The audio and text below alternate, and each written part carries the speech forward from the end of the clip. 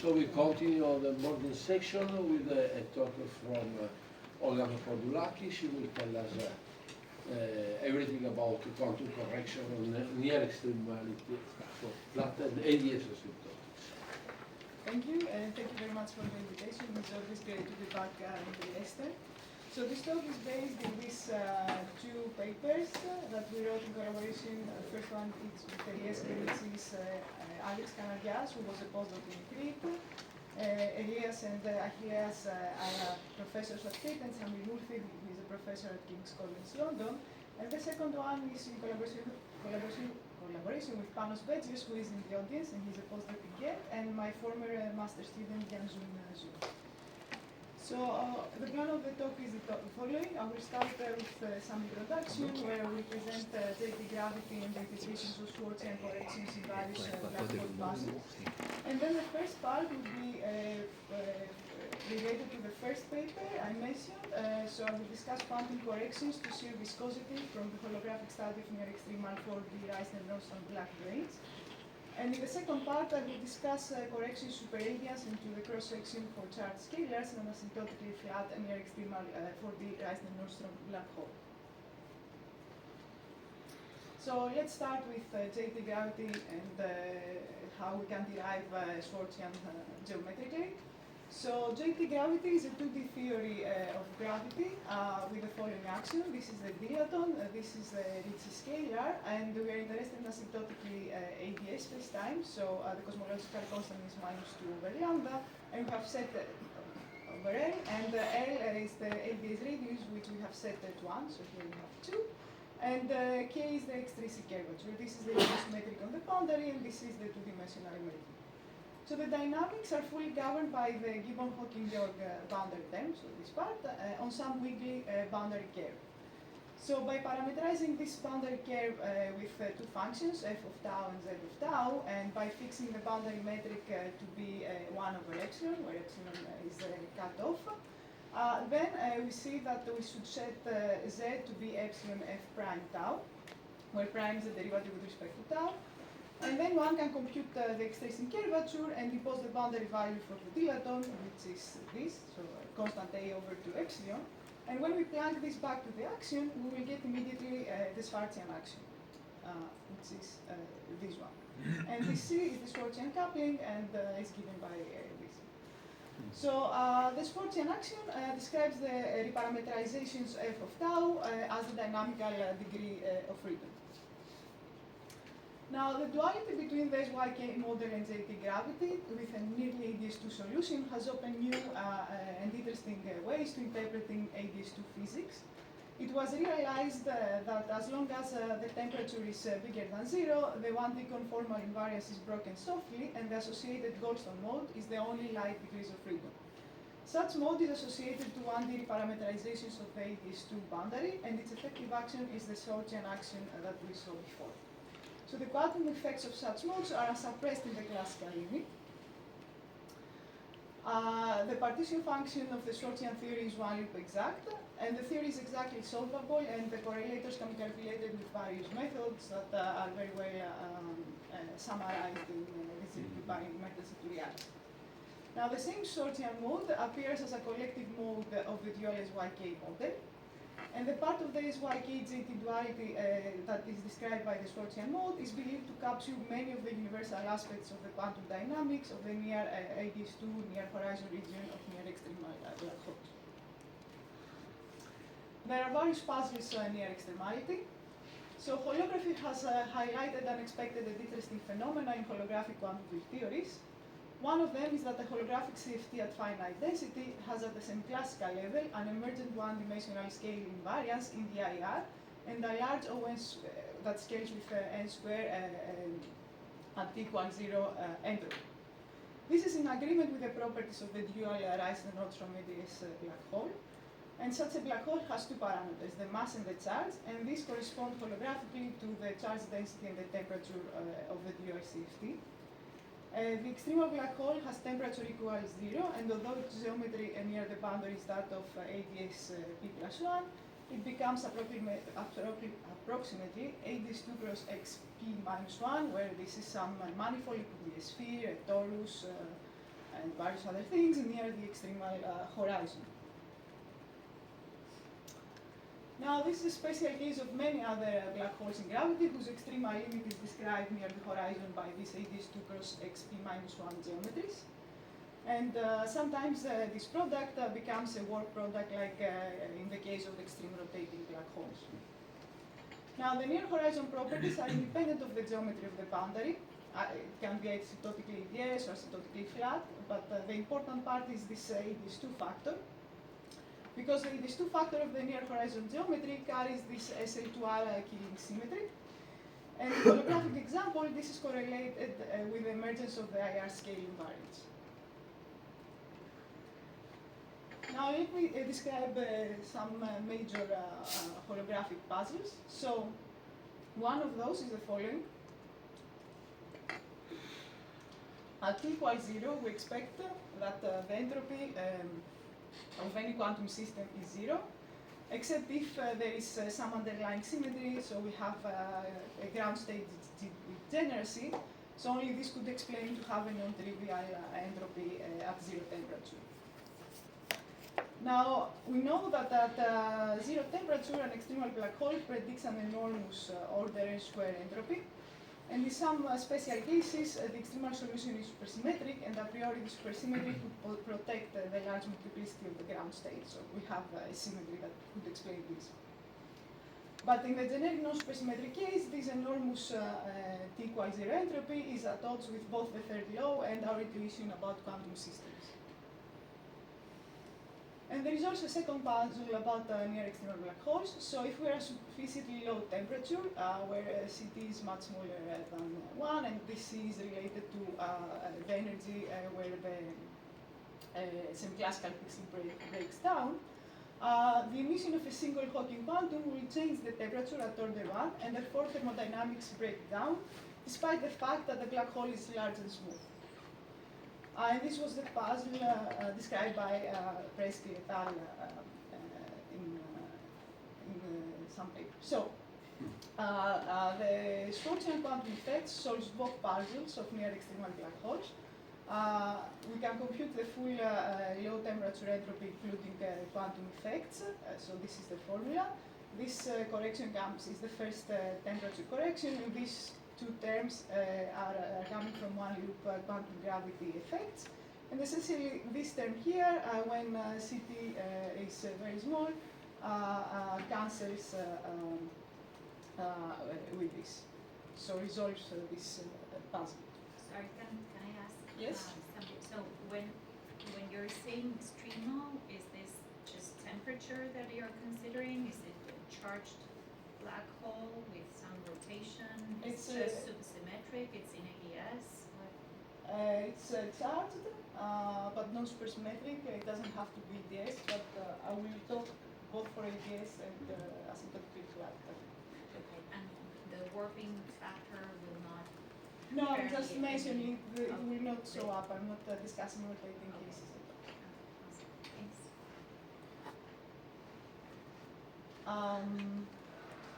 So essentially, the effect of the Schwarzian quantum corrections in non-supersymmetric near extremal black holes is to resolve the degeneracy of the enormous number of ground states and lift them above 0 in a quasi-continuum.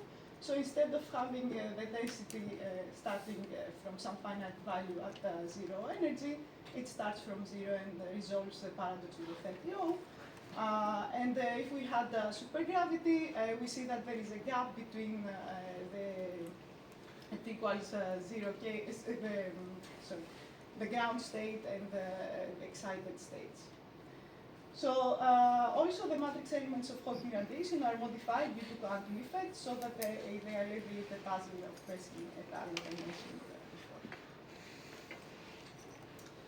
So that was the introduction. Now we pass to quantum corrections to the Sear over the entropy race. So let me give you a brief overview of hydrodynamics and the relation to black holes and holography. So the low energy dynamics of asymptotically AdS black holes are holographically given by hydrodynamics. The standard hydro regime has dynamical modes where the transverse momenta and the frequency are much smaller than the temperature. And in this case, the linearized modes of the energy and momentum flow are given by the two-point function of the stress energy tensor. And it has usually an infinite number of poles. The massive ones correspond to quasi-normal modes of black holes, whereas a set of massless one corresponds to the hydrodynamic modes, such as the sound and the seed diffusion. The nonlinear dynamics of hydron modes is given by the hydro expansion, and the convergence of this expansion is governed by the massive quasi-normal modes. Now, if there is a conserved charge in holography, the low energy dynamics acquires novel features, and in the case of an iron black hole that we are interested in, there are two background parameters that control the dynamics. These are the chemical potential and the temperature.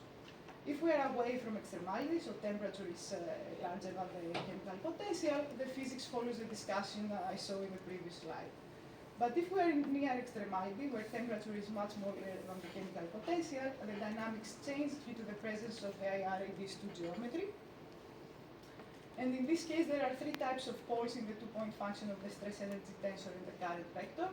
We have the AdS P+1 poles that their position on the complex lower half plane is governed by the chemical potential. There are the AdS2 poles whose position is governed by the temperature, and the usual massless hydrodynamic poles. Now, if we're in the range of parameter where the transverse momenta and the frequency are much smaller than the temperature, then all the non-hydrodynamics poles are separated and the usual hydrodynamics are valid. Sorry, but what is the geometry here? Why you have AdS P+1 and also AdS2? We are in near extremal, so we have AdS2 cross X P+1. Okay. But we have various types of poles. Some of them have to do with the AdS asymptotics of the full geometry. So these are okay. these. So And you consider black hole in AdS P+1 geometry. Yes, and then there are also the hydrodynamic poles. Okay, And, okay, okay. we want So to the, see, so in, the AdS P+1 is the asymptotic geometry. Yes. Okay.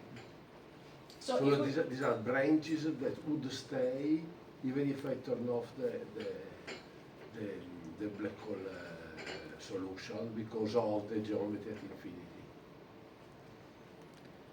The AdS P+1 geometry. No, the quasi-normal mode. no, Yes, these are yes. just normal modes. Yes.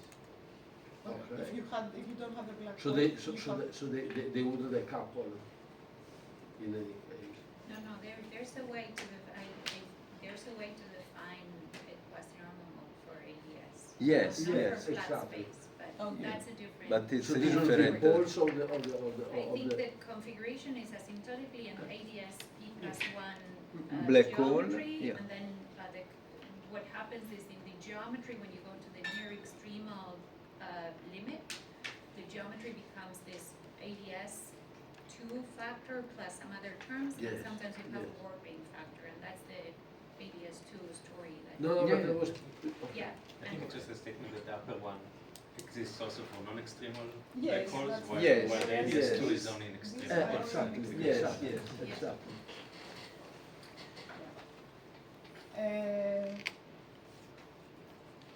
Okay, so if we're in the range of parameters where omega and u, so the frequency and the transverse momenta are much smaller than the temperature, then all the non-hydrodynamic poles are separated and the usual hydrodynamics are valid.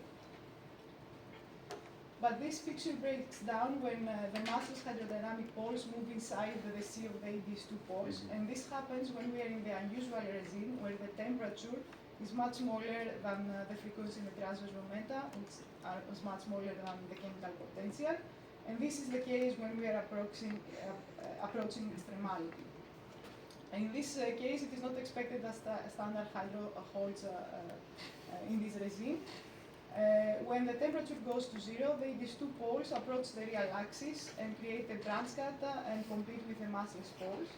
And it was shown that up to first order, when we are in the linear regime, the equations are those of the first order hydrodynamics with the standard first order transport coefficients. But when you go higher in the hydro expansion, you acquire terms that are non-local in time. So the purpose of our study is to see what changes can quantum corrections make to the various regions of parameters. So let me start by introducing the system we are studying. So we start with the Einstein-Maxwell axiom in asymptotically AdS4. The charge Black-Berry solution can be written in this form. So the transfer space is 2 torus with volume V2. And the Fr is the Black-Berry factor, and G is the G Newton, M is the mass, and Q is the charge of the black hole. And the gauge field can be written in this form. Now, to compute the shear viscosity, one needs to compute the transverse traceless stress energy correlator. And holographically, this corresponds to the fluctuations of a massless scalar in the bulk. Thus, we need to solve its second order fluctuation equation in the Rn black-brain background. We cannot do this analytically to the whole space, so what we do is we solve the equation at the near horizon region and at the far region, so near the boundary, and then there is some intermediate region where both solutions are valid, where we match them. Now, in the limit that the temperature goes to 0, the geometry is that of AdS2 cross T2 near the horizon region. And in this case, the solution to the linearized equations of motion factorized to a problem in the near boundary region and another in the interior of the AdS2 patch. So for each value of the transverse momenta, so we have discrete KK mode because we're on the torus. There is a distinct AdS2 operator with momentum-independent dimension delta. If the transverse momenta are 0, the conformal dimension is 1, which is a marginal IR operator, and this is the one we are interested to compute here. So the semi-classical calculation gives the following. So essentially, the retarded Green's function, the four-dimensional retarded Green's function is given as a function of the IR AdS2 retarded Green's function, which is I omega. And this psi is just a numerical factor where R star is the extremal radius. Sorry, and this is computed via these matching methods. Yes. So it is an approximation of the equation of the perturbation equation that you have for the scalar field. Yes. And which is this equation for the full equation for the scalar field? Where near the AdS2 you have. No, I mean in the full background. I mean there is a radial equation. Yes. Before making approximations. You want to know how many singularities it has? Yes. How many? Okay. It's not 4, it's either 5 or 6. I think it's 6, but I don't remember. Okay. Yeah, because this is this is AdS4, asymptotically no? AdS4. AdS4. Yes. I think it's 6. Mm-hmm. Yeah, we didn't try in this to use your method, but it might be possible. Yes. It is. I think it is actually yes, because yeah, because it's okay.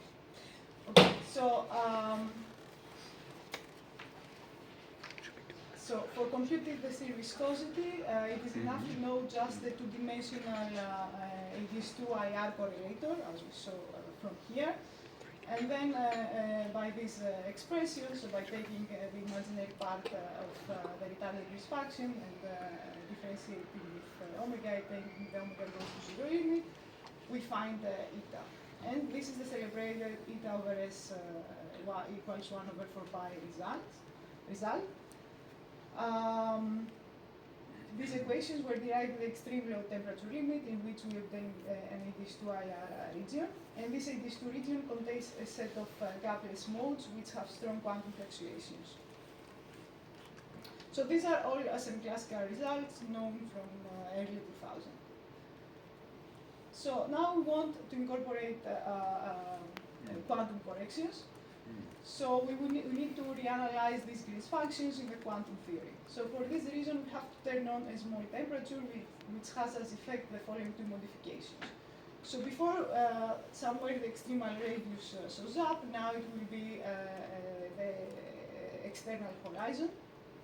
And this temperature that we have turned on regulates the Kaple's fluctuations in the IR, so that we can perform the path integral of the quantum theory in the near AdS2 region.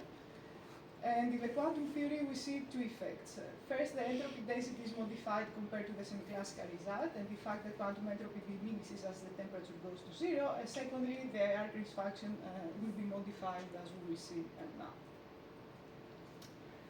So essentially what we do is the following. We will replace the semi-classical Weidmann function in the AdS2 theory, this KG for delta equals 1, by the quantum results obtained by including the effect of the quantum fluctuations of the Schwarzian mode that lives at the boundary of the AdS2.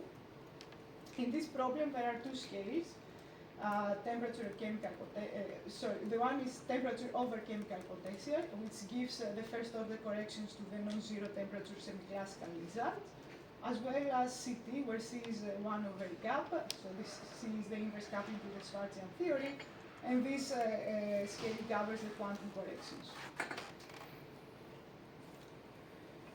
Now, the relevant energy scale where the Schwarzian mode becomes strongly coupled is 1 over mu, thus it is very small for large chemical potential, which is the case here. When this gap, or 1 over C, is much smaller than the temperature, much smaller than the chemical potential, we can do a solid point approximation to the Schwarzian path integral, and as the temperature increases, the result matches the semi-classical one. But when we are in the regime where the temperature is smaller than a gap, one needs to perform the path integral exactly. And the range of validity is the following. So below this e to the minus 2/3 is naught, where S naught is the extremal entropy. Non-perturbative effects are important, so the quantum corrections we are doing are not enough to access below this region. And the temperature should be much smaller than the chemical potential. So the exact two-point Weidmann function in this Schwarzian theory has been computed, and we are interested in its Fourier transform, and in the case where the conformal dimension is 1, so here we have the Fourier transform, and the Weidmann function acquires this form, so we have this integral over k, where k is a parameter of energy. And this part G is this we can do a saddle point approximation to, and this part is this, which will approximate, so we have, I'll show you there are 6 regimes, you have to approximate differently at each regime, and then you plug in what the approximation is for this, and you can have analytic expressions of this integral, and then further take other limits to see what happens to the Weidmann function and consequently to eta. So, as I mentioned already, to compute this integral, we analyze analytic properties in 6 regimes for which we can give analytic expressions and then further on take various limits. So after we do that, then we can use the fluctuation dissipation theory, and we can compute the imaginary part of the retarded Green's function from the Weidmann two-point function from this formula, and then from the formula 1 over omega times imaginary times this, we find the serial viscosity. So there are two main categories. I mentioned this briefly also at the beginning. So one thing is whether the frequency is much smaller than the temperature, which is the normal hydro regime, or if we're in the unusual regime where temperature is much smaller than the frequency. So we have 2 regimes where everything is classical. This is that, when basically both omega and temperature are larger than the gap. Now, if omega is smaller than the temperature, we are in the normal hydro regime, and we have both background and dynamical modes to be semi-classical, so the description is semi-classical. In this case, also both temperature and omega are larger than the gap, but the temperature is smaller than omega, so we are in the unusual regime. But again, we get the standard semi-classical description, Of course, with low correction because of the AdS2 poles. Now, yeah, okay, I can see this here. So essentially what we find is the standard classical result at first order, which is that the imaginary part of the retarded Lorentz function is omega plus corrections that depend on temperature. Now, there are two other regimes where either the background or the fluctuation are in the quantum or in the semi-classical regime, but not both of them in the quantum. So the first case is when omega is smaller than gap, smaller than the temperature. So in this case, the background is semi-classical, since the temperature is larger than gap, and the fluctuations are quantum. But we don't find any modification to the semi-classical results. And this case is, again, when we are in the normal hydro regime. In this case, the background is quantum and the fluctuation is semi-classical, and we are in the unusual hydro regime because omega is larger than the temperature. So although the thermodynamics is corrected by the quantum effect, the dynamical evolution is semi-classical, and we are in the non-standard hydro regime with potentially different transport coefficients. The AdS poles lie both below and above a gap in this case, and we could expect that those that are above a gap, they don't get modified because of the Schwarzian quantum effects, and they are expected just to influence the hydrodynamics by logarithm corrections because we are in this unusual hydro regime. And again, for these two cases, we find at first order the usual semi-classical result.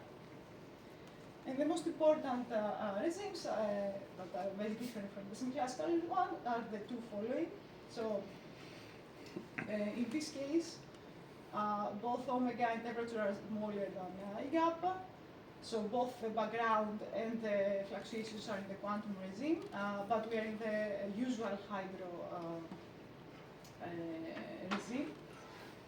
So in this case, it is not clear if the low energy modes have an effective semi-classical description. This will depend on how big the quantum fluctuations are compared to the average values.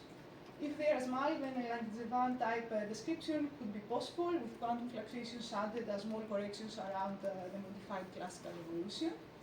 And the result that we find is the following. So we see that the relevant IR operator still has delta conformal dimension 1, but is renormalized, the imaginary part of the retarded Lorentz function is renormalized as 1 over square root of temperature at first order.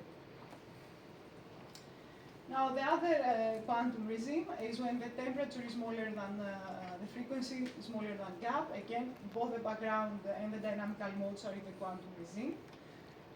In this case, we are in the unusual hydro regime. So we expect the quantum corrections to modify the dynamics and break the scaling variance, and most probably quench the influence of the AdS2 poles. It is not clear if the low energy modes have an effective semi-classical description, and this will, again will depend crucially on how big the quantum fluctuations are compared to the average values. What we find here for the imaginary part of the retarded Lorentz function is that now it scales as square root of omega. So the quantum corrections change the dimension of the IR operator from delta equals 1 to delta 1/2, and for this value of the conformal dimension, we have a relevant operator in the one-dimensional boundary theory. So okay, we have computed the CIR. Now we can compute the ratio of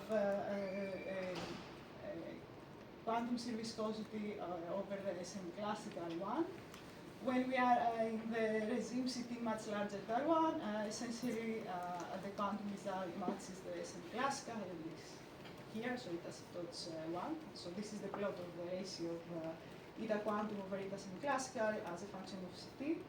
Whereas when we are in values of CT much smaller than 1, we see that it scales as 1 over square root of CT. And these results can be trusted at the lower end when CT is much above the non-perturbative scale, which, as I told you, starts when E is minus 2/3 times its naught. We can also, since we have computed also the quantum corrected entropy density, we can compute the ratio eta over S. And this is the plot we have here of eta quantum over S quantum as a function of Ct. So we see that for large values of Ct, the ratio asymptotes the value 1. And the minimum value is for Ct around 15. At very small values of Ct, but still larger than the scale where the non-perturbative effects kick in, the curve has a divergent form that goes on as 1 over square root of Ct. And this result gives some credibility to the expectation that at sufficiently low temperature, the dynamics might be glassy, as signaled by the fact that we have a very large ratio between the viscosity and entropy. So that was the first part of the talk. Let me give you an outlook for this part. So our results for eta and eta over S are a first step towards addressing a host of questions associated with quantum near extremal dynamics. Understanding the nature of the low energy dynamics in the quantum regime is important, and we need to determine when the quantum effects still preserve the same classicality of the description and whether they provide some small quantum corrections. If that's the case, then Langevin type description could be possible, but it remains to be discovered. The alternative is that we have strong quantum effects, so that quantum uncertainties are large, and in that case, correlators will only serve as a proxy for the low energy dynamics. And this is what one could expect in the case that the effective field theory becomes one-dimensional. It was the example that I showed you where the conformal dimension changes from 1 to 1/2. We know that there are relations between the IR limits of two-point functions of the energy, momentum, tension, and the current. It would be interesting to see what changes when one includes quantum corrections. We know that there is a dynamical instability of extremal black holes in the classical theory that was discovered by Retakis. This involves the values of linearized perturbations on the extremal horizon that would blow up time. And this has been connected to the scaling behavior of correlators in the non-standard hybrid regime. So it will be interesting to see what is the fate of those instabilities in the quantum regime. And it will be interesting to connect with classic dynamics since we have this large shear viscosity to entropy ratio for very small temperature. So if there are questions for this part, please, and then I will pass to the second one.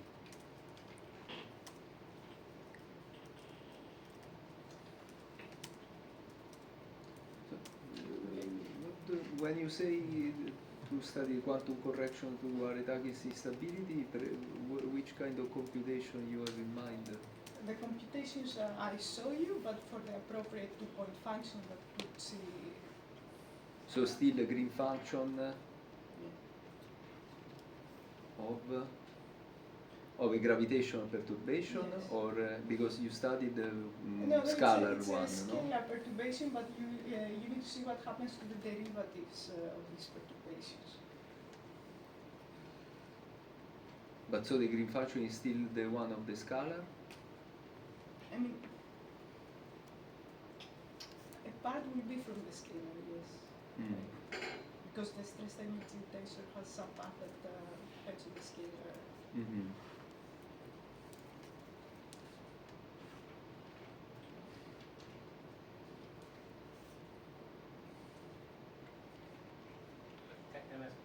So since the Retakis instability is something near the horizon, I guess you might need something that is a bulk two-point function, right? So you need to write some bulk, let's say some 2 points in the bulk, a correlator for 2 points in the bulk in terms of unbounded point. Because this instability is something that is close to the horizon, I guess, so it's a local instability for observers. The question is, we can see it from boundary observables. Yeah, so yes, you map this is basically a not bulk clear. thing to the boundaries. That's not clear if one can do. So, yeah. Okay. Maybe. okay, I will pass to the second part, which is quantum corrections near extremal cross sections and the superradians. So the setup is the following. So I will present how quantum corrections from the near horizon region in the case of near extremal asymptotic flat horizons from black holes change the superradius and the scattering cross-section of charged scalar particles on this background. The main idea is very similar to what I have described so far. I will start again with the Einstein-Maxwell axiom, but for asymptotically flat, so we don't have cosmological constant, and this is the electricity curvature at the boundary. This is just the beginning of the The ansatz for the metric is the following. So now the transverse space is a two-sphere, and this is the Planck factor that again depends on the mass, the charge of the black hole and G Newton. And the U1 gauge field and the chemical potential can be written in this one. Since we're interested in quantum corrections to cross-sections and the superradians, we should allow for the charge of the black hole to be able to vary. Thus, the appropriate ensemble is the grand canonical one.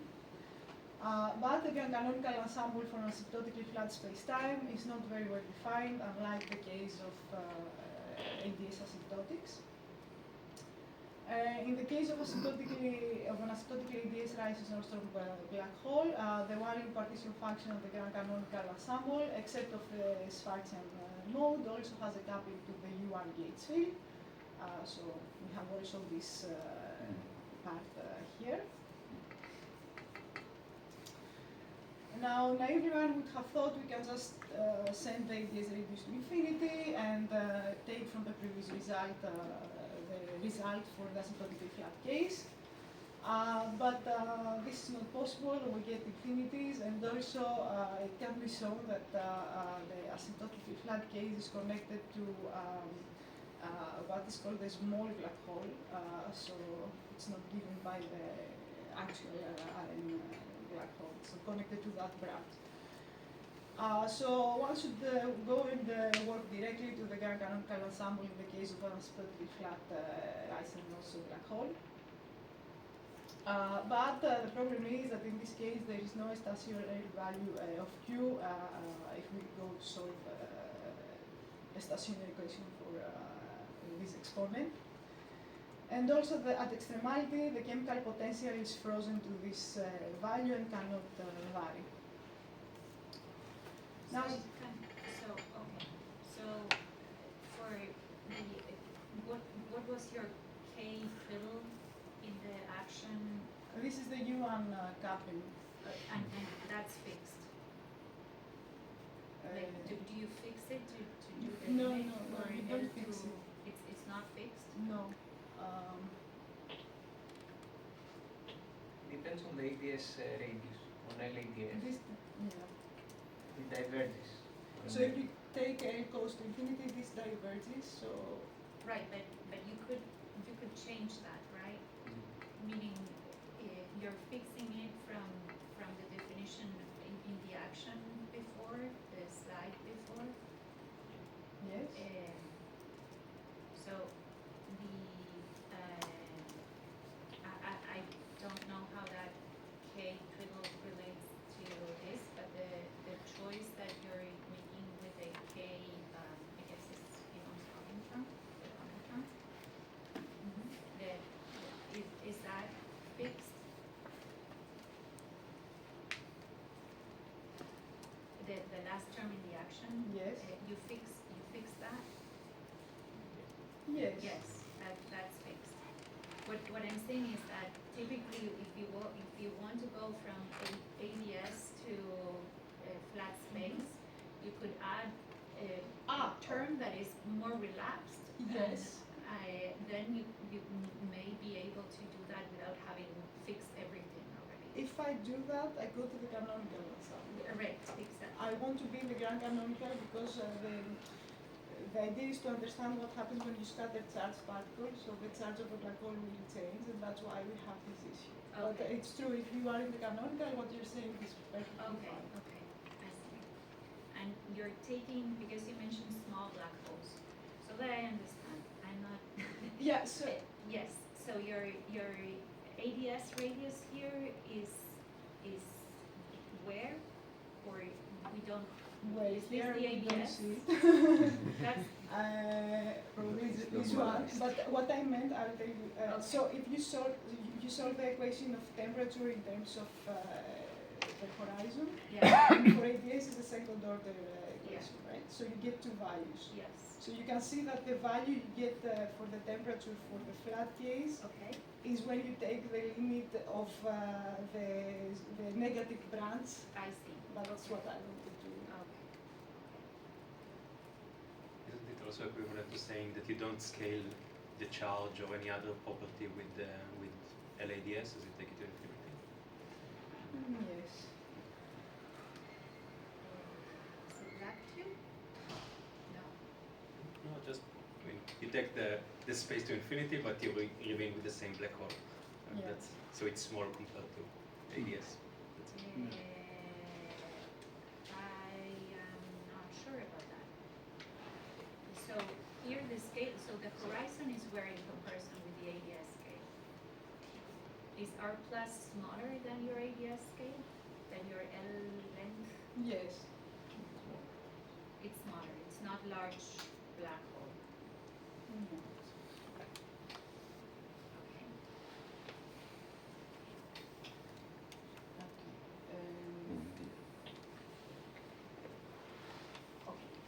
So similar issues arise also in the case of the PTZ black hole, and in this case it was found that whenever a rotational zero mode, or here an extremal gauge mode, has a divergent charge susceptibility at extremality, the mode does not contribute to quantum corrections in the near extremal limit. And this is how we will treat the Reisen-Nordstrom case. So this leads to the following expressions. So essentially we just have corrections from the Schwarzian, and the U1 mode does not contribute. Now this choice is also justified from the fact that we get a divergent term from the U1 contribution, but this term doesn't depend on temperature, so even if contributed, it's not relevant for the corrections we want to study here. But of course we haven't proved it. We've just extrapolated from the PTZ case, and I think it will be an interesting problem for us to study directly in the RM case. So we're, as I mentioned, interested to understand the properties of the quantum corrected reflection coefficient and absorption cross-section of the Reisen-Nordstrom black hole near the extremal limit. So what we do is that we send a wave of a charged scalar field phi with mass m. We will use the Fermi's golden rule, so we assume that the interaction of the black hole with the scalar field is weak. And this imposes that the wave number k is small, and that k times the radius of the external horizon is much smaller than 1. So the core idea is to dimensionally reduce this 4D scalar on the two sphere. And this field is the one that propagates on the near extremal Reisen-Nordstrom black hole background. So we expand it on spherical harmonics. So the 2D scalar phi am Ti, so this part, that propagates in the near horizon AdS 2 region. Okay, this is just, sorry. Essentially, by integrating out the S squared degrees of freedom, it's like we're zooming close to the horizon. Now in the low k limit, so when the wavelength k is small, the dominant contribution to observables, such as the Hawking emission and the absorption cross-section, is coming from the S wave sector, so when L is 0. So for simplicity, we will focus on the S wave component, phi 0, 0. So the expansion of phi 0, 0 near the nearly these two boundary region is the following, where delta is the conformal dimension. So if boundary T holographically acts as a source for the dual operator O that lives on the effective one-dimensional conformality theory. So essentially we have deformed our theory by interaction term of this form. And we can write the phi boundary like this, where C omega 0, 0 is constant, and times e to the minus 1 omega t, because we have an ongoing wave. And we can promote a field to an operator like this. And the normalization A omega 0, are the modes of phi associated with the asymptotic expansion at infinity of the ingoing wave.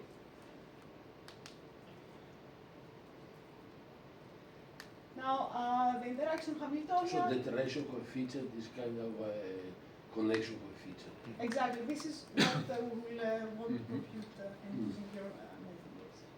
So this gives the normalization of the interaction. Yes. Or there's something more. I mean, because maybe there's also the normalization of the operator. Yeah, we will see this part. Okay. No, sorry. It's okay. It's good to have questions because otherwise it's weird. Okay. Interaction Hamiltonian that now we can rewrite with. Now we have promoted the phi boundary also to an operator, and we can write it in this form. And this interact Hamiltonian act of the Hilbert space, that is the Hilbert space of a black hole times the Hilbert space of matter. And the transition amplitude between the initial and the final states of this black hole matter system is given by the Fermi's golden rule and has this form. So, the density of states rho can be computed from the partition function by Laplace transform and has this form. And then we have to compute this part. So this, because the interaction is weak, essentially breaks to a part that has to do with O and the state E and Q, which is basically the state of the black hole after and before the scattering of the matter, and the part that has to do with the matter field that acts on the particle number before and after, and here we have the phi hat boundary. So basically the problem factorized at this limit. So the part that has to do with the black hole is computed by the Schwarzian axiom and has this form, whereas the matrix element of phi is given by this, where this in omega is the particle number of the wave, and this is the ratio we compute with the connection formula, and this n is a normalization that we can compute by taking the connection of the quantum corrected result that its limit should match the semi-classical computation. So essentially, from all the previous slides, we see that what is left to compute is this C over A and the normalization N in order to be able to compute the absorption and the emission rates per unit frequency. And if we have the absorption and emission rate per unit frequency, then we can compute the absorption coefficient, the reflection coefficient, and the absorption cross-section. And as I already mentioned, this n we can find by demanding the quantum corrected results that match the classical ones in the semi-classical limit. So to compute this ratio, we can do it by solving the scalar equation on the Rn background. Again, we cannot do it analytically in the Rn background. But if we write down the equation for the radial part, we see that is a covalent coin for which there are no closed form solutions, but the connection formula between the asymptotic solutions at R equals the external horizon and R infinity are known. And this was possible essentially by utilizing the fact that a certain BPZ equation that appears in 2D CFTs reduces to a covalent coin in a corresponding classical limit. This was done here by Bonelli, Dazzi, and Trieste, collaborators. And its solutions, which can be thought of as a 4-point correlator involving the insertion of certain degenerate fields at mixed conformal block expansions in the T and U channels. Then crossing symmetry can be exploited to provide a connection formula between the two channels. And a dictionary has been established such that the T channel corresponds to the expansion of the radial equation around R plus, and the U channel corresponds to the expansion of the radial equation around R infinity. So here are the results. So the first plot is the reflection coefficient as a function of the frequency where we are in the superradian regime. And the second plot is the same but for the non-superradian regime. Now, I don't know how the colors look. The blue here and the blue here are the semi-classical answers. And as we go up, we go to more and more quantum. And here, as we go down, we go to more and more quantum. And these kicks that we see here, in the first case corresponds to the value mu minus EI, and is when we have the transition between when the absorption is 0 and becomes positive, and here is when essentially the emission switches off. We also have the plots of the absorption cross-section as a function of the frequency. Again, the first plot is for the superradian regime, and the second is for the non-superradian. The blue, again, are the semi-classical results, and as we go down here and up here, we go to more and more quantum values. And again, the kicks has to do with when the absorption switches on and when the emission switches off.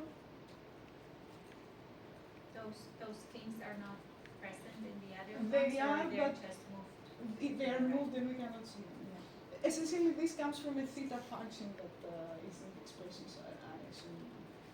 And how do you solve that numerically? Do you use a recursive method, or it's just the plots? Do you have any?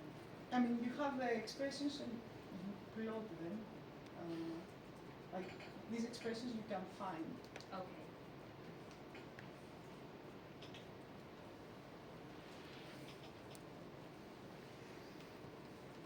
Okay, so let me conclude and we do some future directions. So we derived the quantum corrected absorption cross-section for a charged scalar asymptotically flat Raystein black hole. As a byproduct, we studied the one-loop correction to the near extremal Rayleigh canonical ensemble, and we noticed that there is no contribution at first order from the U1 mode, only from the Squelchian one.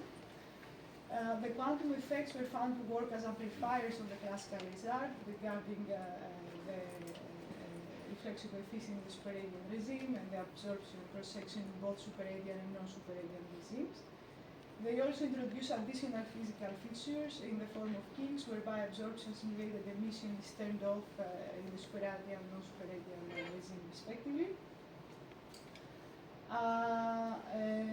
It would be interesting to study further, it would be to clarify further the issues with the grand canonical ensemble in the asymptotically Rn flat case. As well as it would be interesting to see, so our scalar was respective of AdS to BF bound. It would be interesting to see what happens if the scalar violates the BF bound when one includes quantum corrections. Also, the charge of the scalar was small. It will be interesting to see what happens if the charge is large. For example, for common-dimension it becomes complex. So these are issues that it would be interesting for one to explore. Thank you.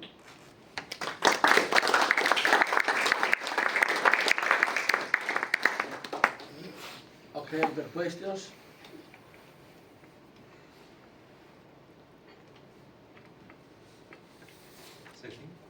So usually semi-classically, at least for the absorption, I think the picture that we have is that there is an absorption for high enough frequencies, right? And then once the frequencies, the wavelength is larger than more or less the Schwarzschild radius, you start not absorbing whatever wave you see, right? But here, when you go to the quantum regime, then essentially the size of the black hole or the length of the black hole starts fluctuating a bit, right, to the effective length.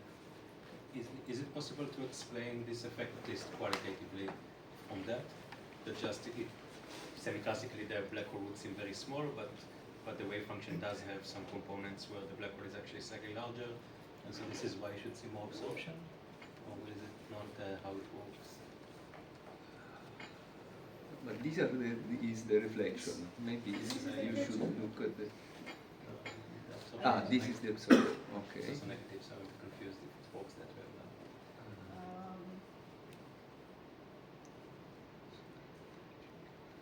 Yeah, I'm not sure because here we have assumed for all these computations that the wavelength time the R horizon is very small. Otherwise, you cannot do this fairly completely. Yes. Yes. But this is related to the angular momentum. This Here has to do it's with not. high res, yeah. the transparency. No, but there is also the effect of the density of states. Yes, yes, So this might modify the naive intuition, you know? Because, Yeah, could be that it's just that we don't have states. yeah, you don't have To do the states to transition. transition. Is the temporal paper.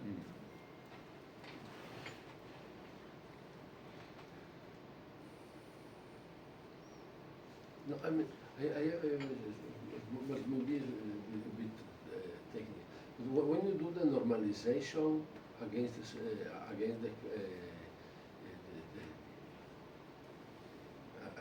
for the operators, no?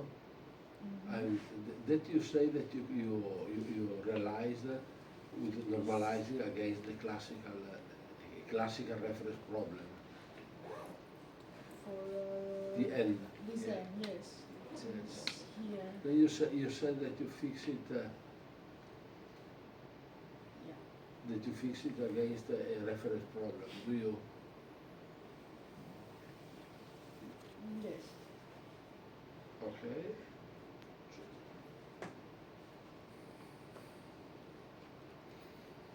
So which particular value what is the classical value for that n? the quantum corrections go to zero, so basically from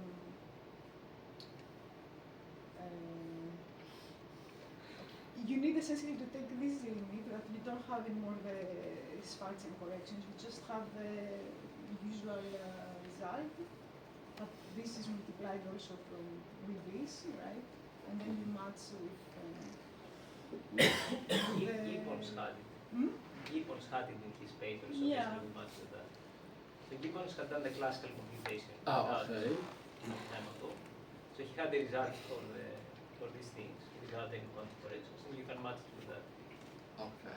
But so you fix n, your cal n to be equal to the one computed The there. Gibbons Yeah. one in the limit where you just drop all the Schwarzian stuff. Okay. And that accounts for the normalization of the operator. Yeah.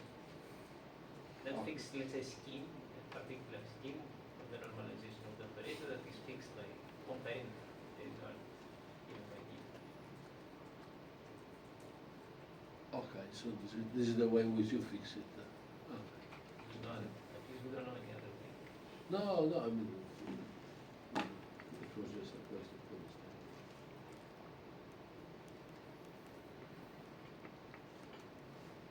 So, sorry, you have mentioned in the beginning that the problem of the Hugh entropy for non-supersymmetric extremal black hole. But I can't understand if you expect that the quantum corrections cancel the problem or not. They did. I mean, it's not in my works, it's the part of the introduction I mentioned. So they do because essentially it changes the density of states. Sorry, opposites here. No, yes, So it's you see, very, it goes very to zero. This is for the non-specific case. You see, it goes to zero, so you don't have a finite density of states here to give you this degeneracy and give you this big number for the entropy. Of course, for the supersymmetric black holes, because you have a symmetry that allows for for degeneracy, you do have them, but you see that there is a gap here. So you don't have this picture that you have here. You have to start like this. Because there was also an issue how you go, so there was mismatch when you were computing, let's say, a gravitational path integral and taking the limit that the temperature goes to zero and computing exactly at equal zero. So you could see different values. That was the Presky problem I mentioned, and this is resolved by this. Okay, so this is solid right now. Yeah, or- it's solid in this paper. And well, no, this is a review. It's solved in this, and and also there is a paper by Niesi and Toriachi, if I'm correct, the quantum mechanics of extremal black holes. That is also solved, also for both the supersymmetric and the non-supersymmetric case. Thanks.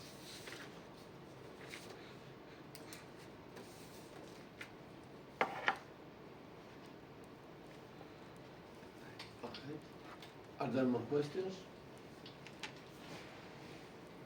Okay, so if not, let's thank Olga again.